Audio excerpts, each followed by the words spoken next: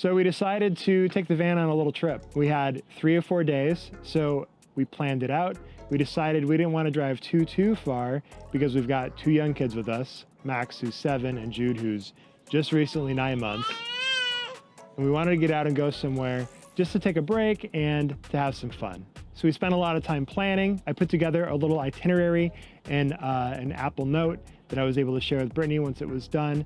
And in there I put in destinations, camping ideas, boondocking spots, backup spots. I put in weather, or at least the forecast.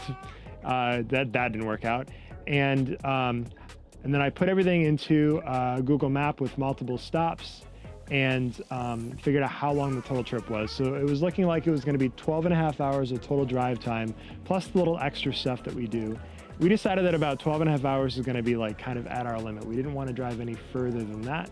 And so that was kind of it. So we set it on the road and we drove pretty much nonstop from here at home through rush hour traffic in Seattle and Tacoma. We hit Olympia for a second before we made a right-hand turn and headed toward Shelton, which was our first destination, the High Steel Bridge. The High Steel Bridge has been popping up in my Instagram feed for a while now. I've had friends send it to me because they thought it looked really cool, and I've been wanting to do it, and so finally we committed to going and doing it.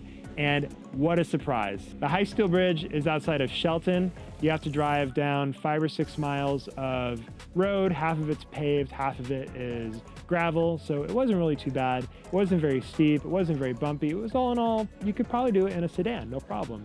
So we got to the camping spot in the dark. We camped about almost a mile from the bridge, and it's national forest, so we can boondock, and there were some spots that we found using our favorite app, iOverlander, that tells us about other camping spots that have worked for people, and that's how we chose it. There were actually a few to pick from, and once we got on the road, we saw a few more that would have worked and would have been fine too. So that evening I went for a walk because we're on 75 hard, and I walked to the bridge in the dark by myself, and it was very dark, and honestly I was like a little freaked out. So we stayed the night there, and the next morning we woke up to snow. We didn't realize it, but it had snowed all night on us while we slept, and it was like 5 or 6 inches of pretty slushy, pretty heavy snow. And the road was flat enough and fine enough that we decided it wasn't a big deal. And so we drove down to the bridge instead of hiking because we didn't have snow gear for the hike. We parked, we went across the bridge, and it was super cool. It was amazing. It was still snowing a little bit while we were there. We got some really nice drone shots of it. There was clouds over here and over there. It was really beautiful, and we just loved every second of it. We got back on the road. It wasn't too bad getting out of there. It wasn't too great getting out of there, but we got out just fine. Thankfully, the van has like some pretty gnarly kind of off-roady-ish tires on there, and so they're pretty aggressive, and we do pretty good in snow and mud and rain, so that was a blessing. So our next stop was the SatStop Nuclear Power Facility. Now this place was built like 98% and then they just stopped. So the silos are built, everything's put together, the buildings are built, like some of the other infrastructure is even there, and then they just like stopped. And I don't know why, I could probably look it up, but you know, it was really cool because you can drive right up to these nuclear power silos, and they never had reactors installed, so like I didn't itch or anything too bad, like nothing's glowing, my pee's still like the normal color, right? But it was really cool just to be able to park there and check it out and see it kind of up close in person and to get the scale of it. I never realized how tall those silos were until I put the drone up in the air and got some really nice drone footage of it. It was actually really just, it's not just silos, like the weather was really cool. There were a different layer of clouds in the background. There's another silo in the background from the one that we parked near. And I didn't realize how tall these things were, but the scale of it is tremendous. With the drone, I was able to tell that the top of the tower was 550 feet above where I was standing. Just kind of seeing that up and close in person was really neat. Max got a kick out of it. That was a fun stop, and it was maybe 10 minutes out of the way, plus the amount of time that we stopped. So it was definitely worth it. From there, we wanted to head to the Oregon coast. We wanted to see the beach. We wanted to feel the sea breeze. We wanted to get over there.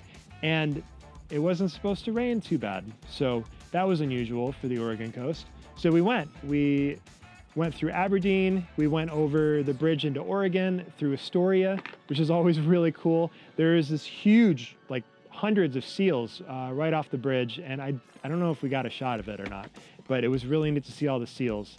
And then we got into Oregon. We love Oregon. I think we like Oregon like a little more than Washington. There's a little more to do. It's a little bit warmer. It's a little less rainy. And the people are just a little bit more laid back. So we always like going to Oregon. No offense to the Washingtonians, right? But if you get a chance to go to Oregon, you should go for sure. So our first stop in Oregon was Natural Grocers because we needed to pick up some snorkels real quick. But then we went to Cannon Beach and we hiked Cannon Beach, which is like a stroll on the beach, on the surf, and it's always super beautiful. It's always gorgeous. We go out of our way to go there because we like it so much. And we've got just different pictures over the years of there. And so one of the things we did while we were there was like we were just checking our phone in between taking pictures, looking back like, oh, this is like one of the other times we were there. Max was so little, or we were there with a friend once, or just different things. And we love going to Cannon Beach. And from there we went to our campgrounds. We prefer to boondock, but a lot of areas in the country don't have good boondocking, and the Oregon coast is like kind of one of them. And with the baby, we don't like to do like the stealth camping too much. So we went to a campground and we had a really nice time. New Halem Bay State Park has a sand dune between the campground and the beach. So it's like a 4-minute walk over to like the surf. And so we did that. We did a 45-minute walk that evening and then the next morning as well. And then we hit the road for a big day of adventure and stops and fun stuff. So we eat a lot of cheese. And the Tilamook Cheese Factory is over there. And so we stopped at the factory. We did the self-guided tour. Max got to check out some really cool like farming implements. We got to see the process of how cheese is made. We got some samples, which pretty awesome, including some curds. We love that.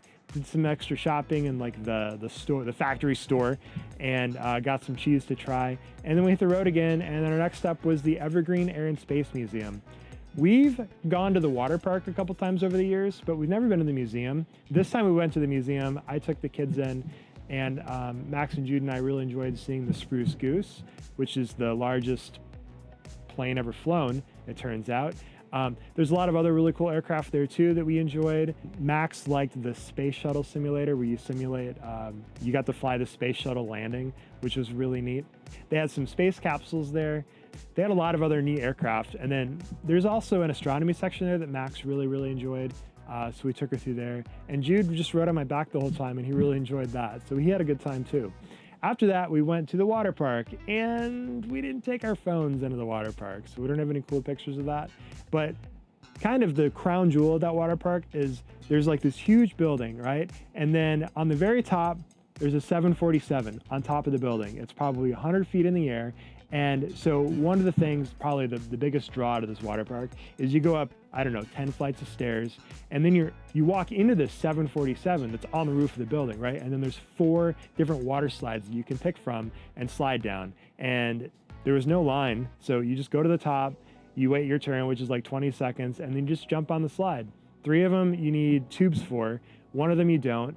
I think all of them you could do if you were 42 inches, except for 1 of them you needed to be 48. But Max is like 50 inches, so she got to do all of them. She loved it.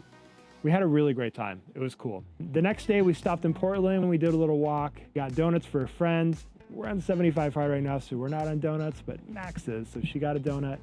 And then we drove the rest of the way home. So that was our trip. You can squeeze a lot in just 3 days or 4 days in this area. And it's fun stuff. It's very scenic, beautiful. Outside of a little bit of traffic driving through Seattle, we didn't really see any traffic, especially along the coast. So it was just a nice break from kind of the world for a minute. And we got to just kind of love on the kids a little extra, give each other extra attention, and we had a great time. Thanks for tuning in, everyone. See you soon.